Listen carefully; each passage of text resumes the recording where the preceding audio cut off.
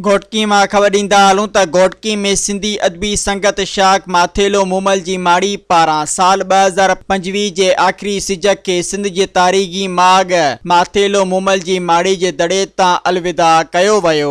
उन मौक़े ते सिंधी ॿोली ऐं अदब जे नामियारे अदीबनि, शाइरनि, सुगड़नि, सहाफ़ियुनि ऐं दानिशवरनि शिरकत कई। तक़रीब में बालक अदबी फोरम सिंध जे मरकज़ी सदर अब्दुल हई भुट्टो, सिंधी अदबी संगत शाख माथेलो मूमल जी माड़ी जो सेक्रेटरी अली हसन मंगी, सारंग कलादी, पडियाराम होतवाणी, जमील महर अलावरायो बोज़दार, कांडेरो कलादी, सरवेज कलादी, रजब अली शेख, सराज भुट्टो, नवीद अहमद शेख, अली रज़ा मंगी, परवेज़ अहमद शेख, अली मोहम्मद शेख, मोहम्मद परियल शेख, अली गौर मंगी ऐं ॿियनि शिरकत कई। उन मौक़े ते मीडिया सां ॻाल्हाईंदे अब्दुल हई भुट्टो, अली हसन मंगी ऐं ॿियनि चयो त नए साल जो पहिरियों सिज इंसान दोस्ती, खुशहाली ऐं भाईचारे जो पैगाम खणी ईंदो। इन्हनि चयो त असांजी दुआ आहे त नओं साल सिंध वासियुनि लाइ अमुन, मोहब्बत, प्यार, प्रीत ऐं खुशहाली सां भरपूर हुजे ऐं नफ़रतुनि जो ख़ात्मो थिए। इन्हनि वधीक चयो त नओं साल